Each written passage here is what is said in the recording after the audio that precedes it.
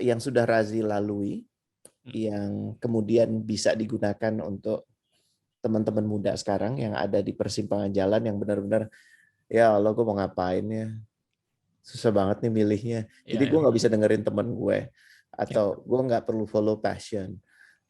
Terus gimana dong? Gitu. Nah, 1, 2, 3-nya apa kira-kira sih? Okay, first, boleh nggak discuss tentang passion? Ayo. We can discuss about passion, yeah. Boleh I mean, dong. I've made fun of you for so many years, but I it's don't always mind. been like, pertama gue mau minta maaf. Gue tuh kalau udah deket sama orang, gue akhirnya jadi nyaman untuk nyela. It's a sign of affection, actually, that I make fun of you.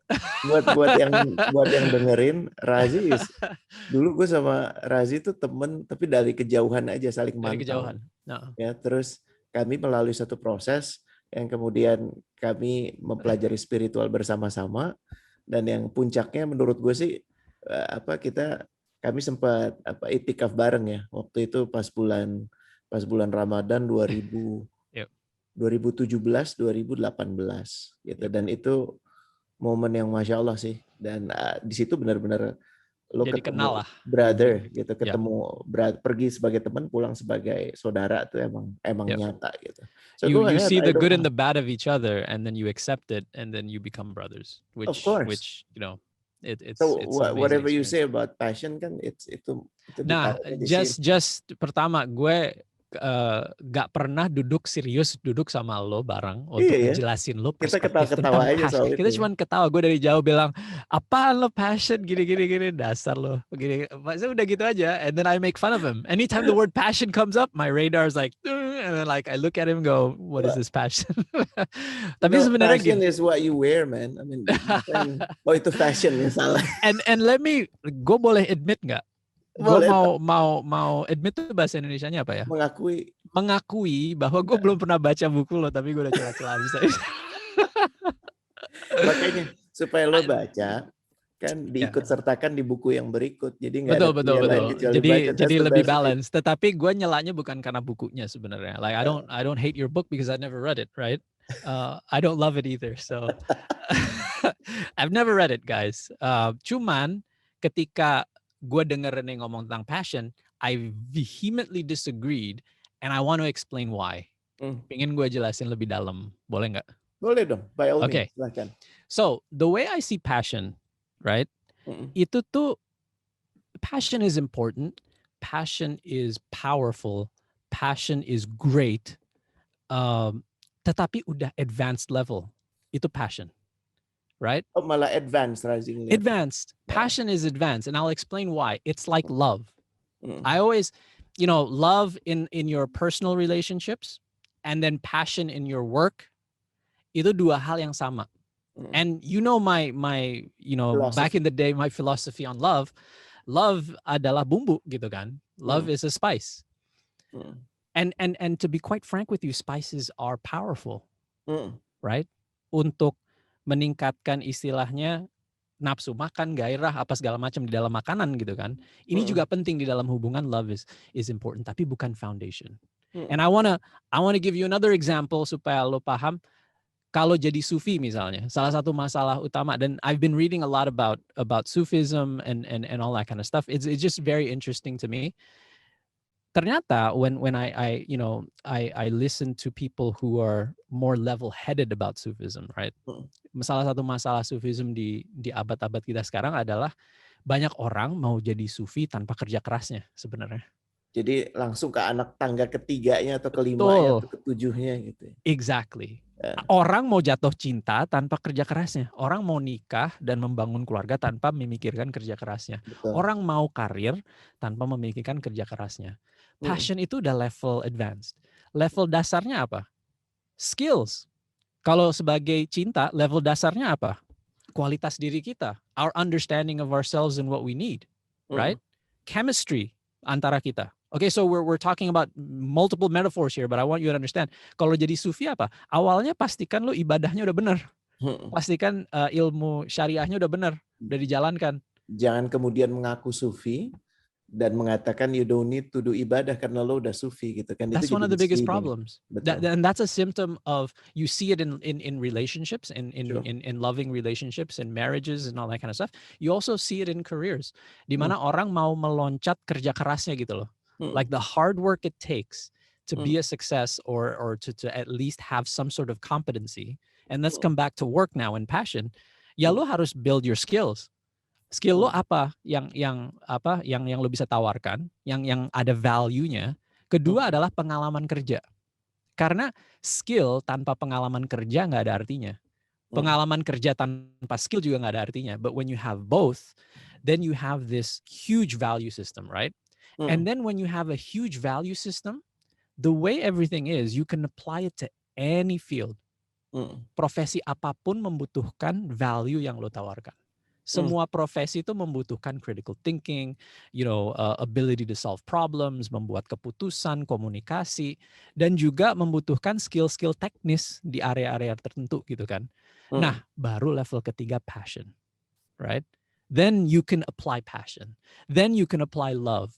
But if you base everything on love, kalau lo nikah sama orang hanya berbasis cinta, it's going to falter because love for me, it's an energy, and it's something that we don't understand. And I think passion is the same thing. It's an energy that we don't understand, but it has like a multiplication effect. But if you have nothing there, then there's nothing to multiply. Okay. Jadi kayak mengkali kosong dikali infinite atau 1 juta tetap kosong gitu loh. Nah, kekosongan itu diisi kalau di dalam profesi yaitu skills dan experience. Kalau misalnya di dalam hubungan, percintaan, yaitu adalah kecocokan dan juga visi. Like kita membangun hubungan ini untuk apa. So, dan kalau lo mau jadi sufi, menurut gue, dan ini gue bukan pakar, tolong ini jangan dijadikan kayak ini, cuman berdasarkan apa research yang gue baca, documentaries, articles that I read about this issue, lo harus menjalankan ibadah dan syariat Islam dulu. Baru lo belajar bagaimana gue bisa mendekatkan lagi. How can I take the extra steps to be even great? To differentiate myself. Jadi ketika kita ngomong passion, it's always about differentiating yourselves amongst other people who have the same skills and experience you do. Tetapi remember, it's multiplication. So, kalau dasar lo kosong, kalau lo nggak punya skill dan nggak punya pengalaman, sama aja. Lo mau passionate seperti apapun, you're not going anywhere. And my final point about passion adalah ini. Orang suka melihat passion itu dari sisi yang dangkal. Right? I'm passionate about football.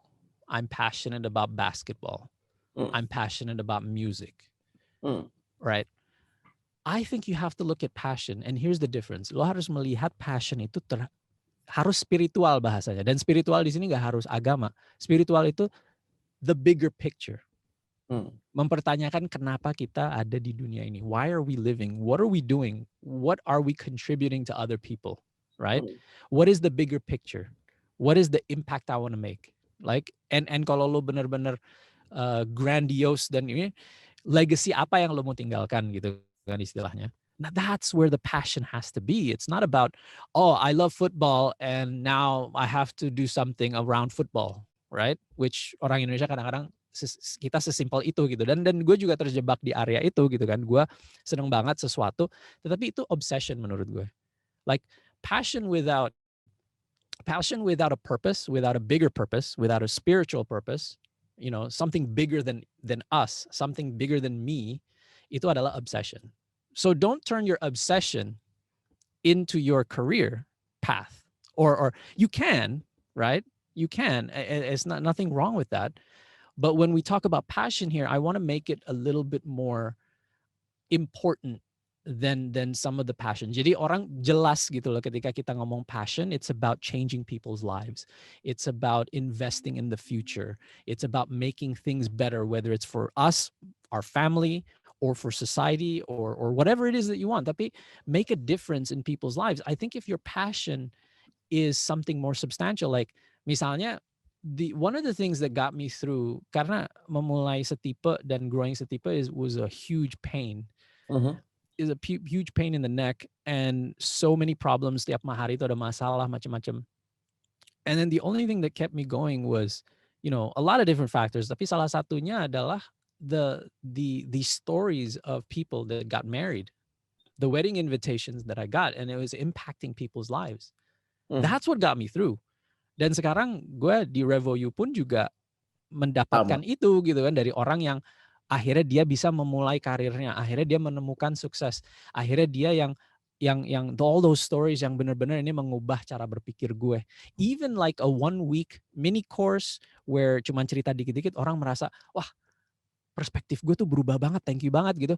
That keeps you going. That's the sort of passion you have to search for, instead of I have a passion for a specific thing, like I have a passion for fishing, I have a passion for, I think that's a little bit, that's the lower level passion. I think the higher level passion is things that make an impact in either your life or other people's life. And in a lot of times, right? A lot of times kalau bukan impact terhadap kepercayaan kita gitu kan, our faith, or it's about impact we have sesama manusia, and the people that and the people and things that are around us, whether it's in the environment, the animals, or humans, or whatever it is, like, right?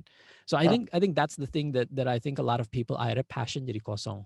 They talk about passion, tapi kayaknya passionnya kok inconsequential banget gitu kan. Itu my own personal feeling, but that's already at that level. So if I can recap, the first thing is, pertama adalah passion itu tuh bukan level dasar. Passion itu kalau lo sudah punya, kalau di dalam kerjaan ya, lo sudah punya fondasi yang kuat, yaitu skills dan experience yang cukup. Spices yang lo bilang tadi. Yes, kayak kalau lo makan bumbu, you'll die. Tapi kalau lo ada nasi, ada lauknya, ada segala macam, bumbunya itu membuat makanannya jadi luar biasa. Always look at it that way. And then secondly, bumbu yang dipakai itu, make sure that it's quality, right? It's not just like some obsession that you have about something in life that might be important to you, but it doesn't really make a difference in other people's lives. Or maybe it does. I don't know. Maybe I'm judging football a little bit too harshly here. I don't know. Yeah, I don't know. Again, guys, look, I don't know what I'm talking about half the time. So, you don't have to feel offended when I don't like something. It's probably because you're right and I'm wrong. No, tapi itu yang buka, gue sih percaya banget ruang diskursus, apalagi belakangan ini, ruang diskursus yang sehat itu membuat kita jadi punya pemahaman lebih baik. Sekarang gue paham kenapa Razi melihat passion itu seperti itu, ya, karena pola pikir dan frame of mind tentang pemahaman Razi tentang passion. So ini bukan Razi menyalahkan saya atau apapun itu, justru kita harus terbiasa dengan dialog seperti ini. Dan dalam kaitannya dengan passion itu sendiri, the word itself, it's from a Latin and Greek word, passio, ya, atau pati, and it means to suffer. Jadi it's the opposite of love actually. Yeah. And why would you let yourself suffer? Who said love is not suffering? Who told you that? So love is suffering. To love something is to suffer. Exactly. To love something is to suffer. It's the core of love. You cannot say love without having the willingness to suffer. Nah, ini banyak dipakai oleh kawan-kawan yang beragama Kristiani untuk menunjukkan gimana Jesus itu mengorbankan dirinya. Jadi esensinya kurang lebih itu. Tapi ke hal yang lebih praktis sih. Gue boleh tambah sesuatu nggak? Gue ngerasa love, gue nggak tahu ini benar apa enggak. Ini cuman kayak perasaan. Jadi tolong gue sharing. Kalau dari sisi love itu, I think it's suffering in the mortal plane. Tapi happiness atau bliss in the next ini. Gue selalu jelasin ke orang, guys, kan banyak orang tuh suka nanya, Ras, cinta tuh apa sih gitu kan? Just because I have an online dating site, now I know what love is, right? People ask me that question, but I was like lama-lama akhirnya jadi kepikiran. So I pondered on it. I spent a lot of time thinking about it. And to be quite frank with you, my conclusion, and I can be wrong, of course, adalah love is some sort of energy, right? Love is an energy, and gue ngelihat dari dulu di dalam agama pun kita disuruh mencintai Tuhan gitu kan ya. Because I feel like that's the language. That's the language. Like if you love someone, then you're communicating with them on a deeper level, not just on this mortal plane, but on a spiritual plane. Dan gue selalu ngerasa kayak kalau misalnya, insya Allah, kita di akhirat kita step in ke surga. Amin. Amin. That first step, I'm going to finally get an answer about what love is. I'd be like, oh, that's what love is. Oh, okay. But it cannot be understood at this plane, in the mortal plane. Itu kita nggak bisa paham. I believe that, you know. Enggak, sebenarnya gini, kalau mau memahami cinta, ya artinya harus memahami pencipta. Kenapa? Karena Allah itu yang kemudian memberikan gambaran what is love. Dia tidak mendapatkan apa-apa. Semakin kita sholat bukan berarti artinya kalau kita nggak sholat jadi Allah tidak ada kasih sayang, yang nggak seperti itu. Jadi menurut gue apa yang sudah ditunjukkan oleh Sang Pencipta itulah evidence of that love, gitu, bahwa kita masih bisa bernafas, bahwa kita masih bisa dekat matahari. Of course, but that's the results of it, right? But there's stuff that's unseen. What I'm saying is the unseen part that you don't see about what actually love is and why it's so powerful. Exactly. Kenapa makanya dibilang sebagai tata keyakinan? Karena believing something that you cannot see it. Yep. Ya kan? Makanya kita lihat cuma evidence-nya aja. Buat mereka yang hatinya sudah yakin akan cinta, semuanya adalah tanda cinta, tanda kebesaran Allah. Yes. Tapi buat mereka yang tidak meyakini, mau ditunjukin kayak gimana, nggak masuk. Makanya obrolannya juga akhirnya nggak mental-mental terus gitu. My final point on it, you know the translator of love? Translator. Kayak misalnya lo ngomong bahasa asing, lo alien, dan lo ngomong bahasa, terus kita dikasih teknologi untuk bisa ada translatornya gitu, ngerti nggak? Like the translator. The translator is the heart. Like it translates love, Agree. right? And so if your heart is not in a state that's clean or pure, then perhaps it's harder to translate what this love is. Agree. Where we are right now. Yeah. Tapi ini jadi kayak apa? Mengawang-awang pembicaraannya. Let's go back to the. Iya, Razi kalau udah area yang dia suka dia akan ke sana gitu. Tapi yeah, a little bit too much. Secara praktis, kalau tadi Razi bilang itu anak tangga yang paling tinggi justru yang namanya passion, gue ngelihatnya kebalik. Ini justru anak tangga awal. Gimana kita bisa ngedevelop sesuatu menjadi skill kalau kita menjalankannya semata karena tanggung jawab buta aja gitu. Jadi membahasakannya kalau buat gue passion itu adalah anak tangga pertama, dan passion terletak pada ini yang lebih sistematis ya penjelasan ke belakang karena dapat respon atau komentar dari Razi dan teman-teman yang lain yang nggak paham gitu. Oh, jadi banyak ya? Obrolan di awal. Jadi bukan gue doang ya? Nggak cuma lo kok.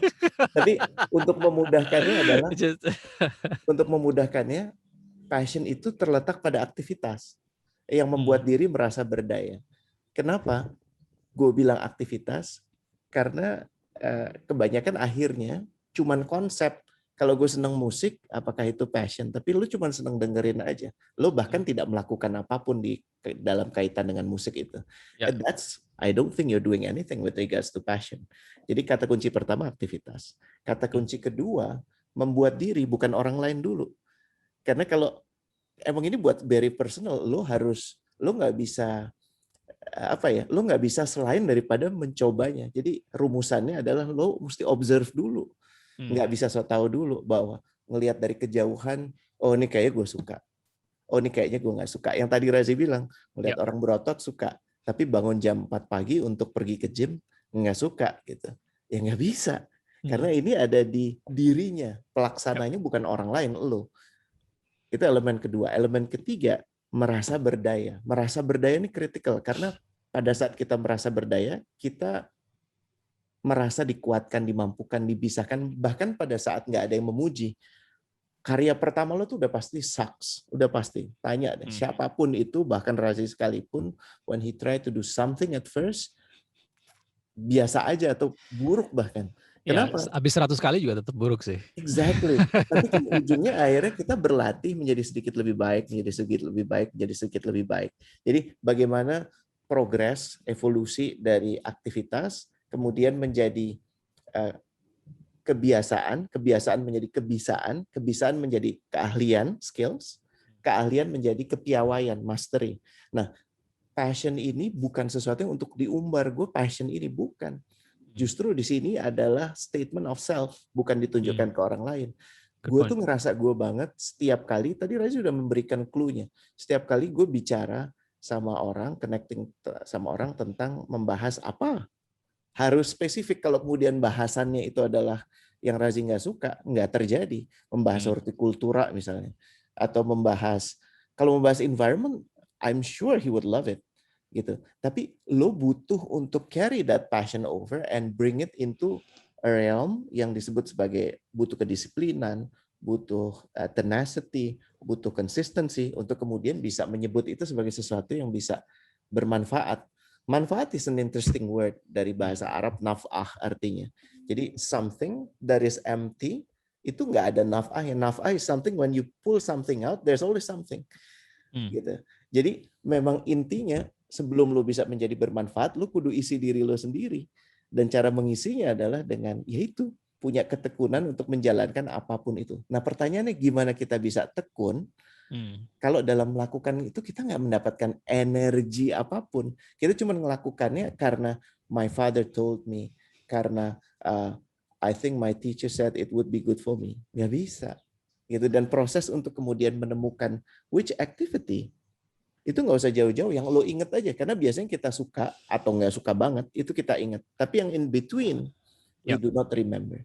So that's a different of perspective tentang passion, dan ini menarik sekali diskusi. It's quite opposite actually. Very interesting points though. Like something to think over actually.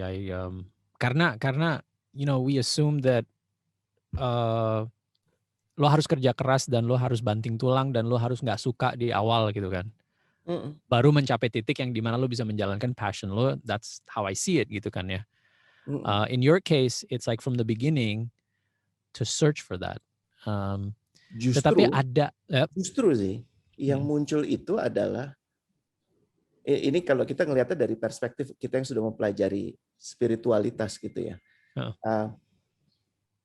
Pada saat kita benar-benar ikhlas menjalankan pilihan itu, rasa damai, rasa sabar, rasa ikhlas itu ditingkatkan justru bukan oleh kita sendiri, tapi dari Sang Pencipta, ya kan? Dan itu gue pegang banget gitu. Jadi kita lebih woles, kita nggak mengukur keberhasilan kita. Matriks itu selalu bagus ya. Kita punya matriks keberhasilan karena kalau nggak bisa diukur kita nggak bisa meningkatkan.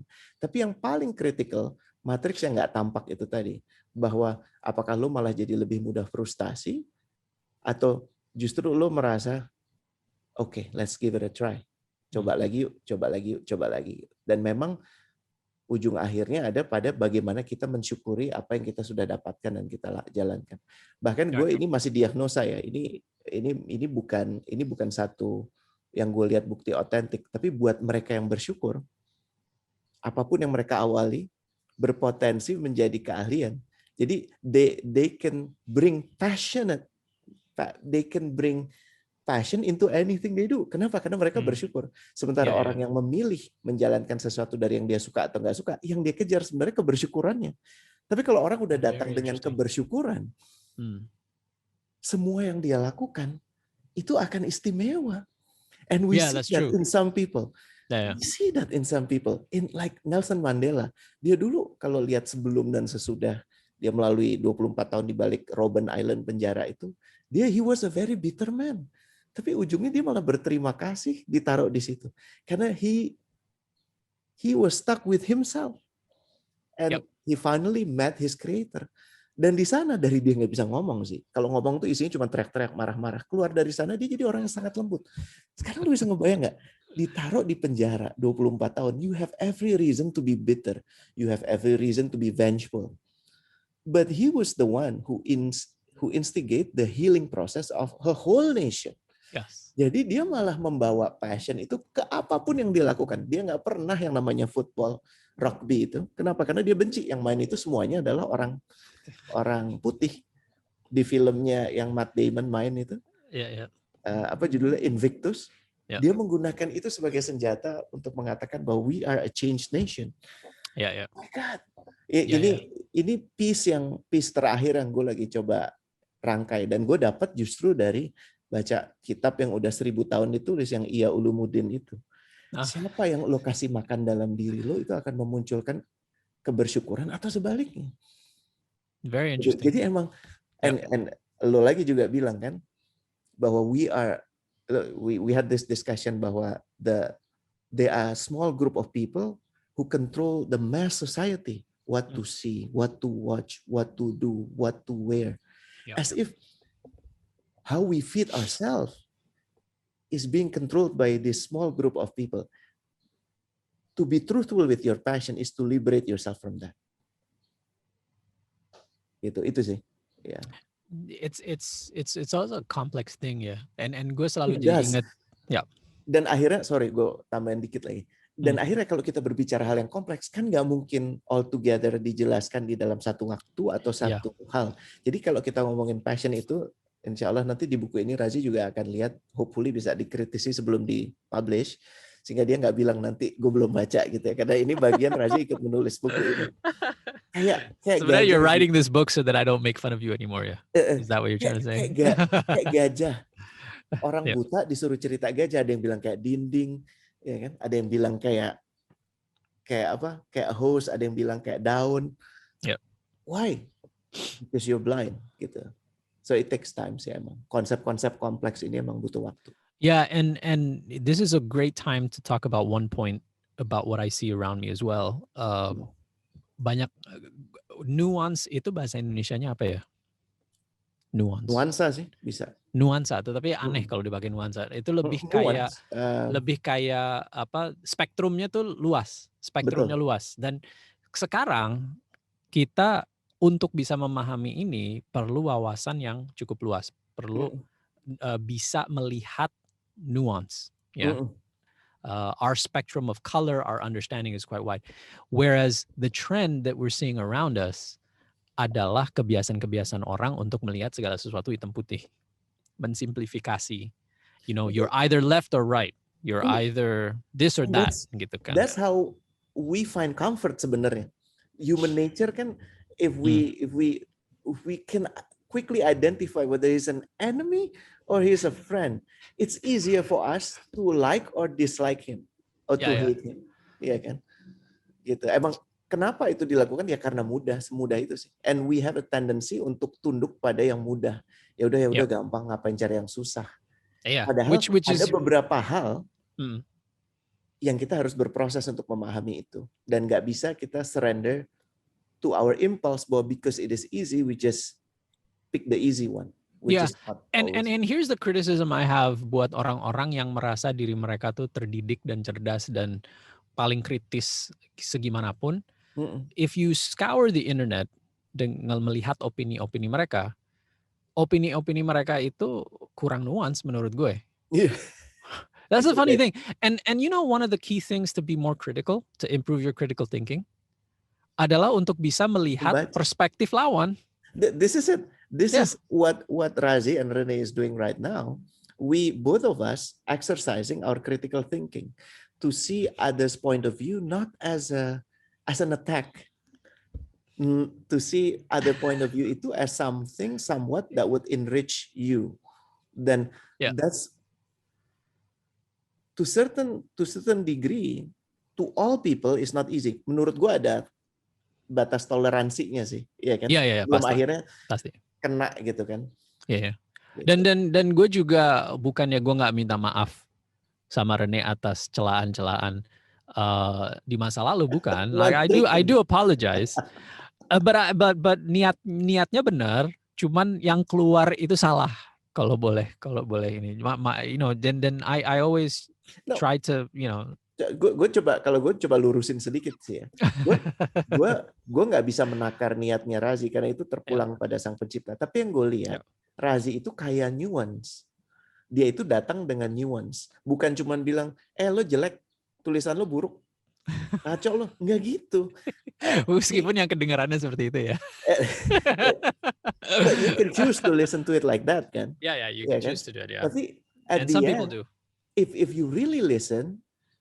Kalau emang dia cuma bisa ngomong gitu, it should not bother you. They just dislike whatever you do. Lo mau lakukan hal benar, no problem. Tapi if they say something and that makes sense and you ignore it, buat gue itu malah lebih berbahaya. Gue punya kesempatan untuk furthering my thought with regards to passion, tidak melihat ini sebagai kepunyaan gue yang harus gue pertahankan mati-matian, tapi ngelihat ini sebagai sebuah konsep yang gue pahaminya begini, lo pahaminya gimana? Ini dari sini aja baru hari ini gue dapat high level thinking tentang bahwa passion menurut Razi itu adalah dari the ultimate, ada di ujung akhir. Sementara gue ngelihatnya sebagai ujung awal. Dari situ aja itu akan memperkaya segmen di dalam tulisan ini. Menurut gue sih itu. Yeah, and who knows, setelah dipikir-pikir lebih lanjut, you ponder it further, perspektif yang lo sampaikan tadi mungkin malah mengubah sedikit cara berpikir gue ke depan, dan itu akhirnya jadi merasa memperkaya. Tetapi one point I want to share, dan ini struggle pribadi adalah untuk menjaga adab ya. So one of the things that I regret sometimes in the past adalah kadang-kadang yang keluar dari mulut gue in terms of criticizing like your book or what you've written or what you talk about itu mungkin bukan dengan cara yang lebih beradab.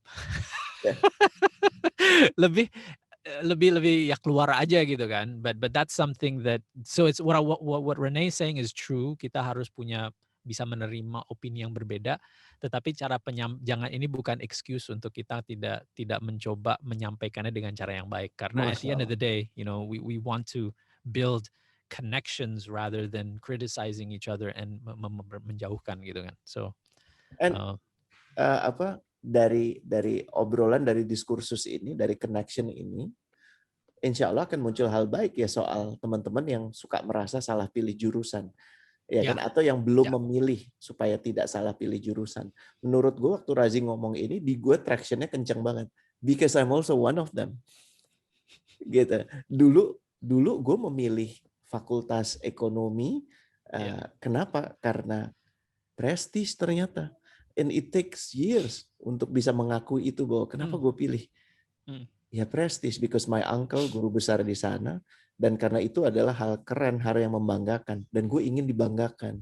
Jadi ada the needy part ini, butuh pengakuan. Yang akhirnya mendasari pilihan-pilihan gue. Dan sebenarnya, oh my God, gue bisa jadi lebih cerdas sih waktu itu kalau gue nggak melihatnya dari sudut pandang itu. Yeah.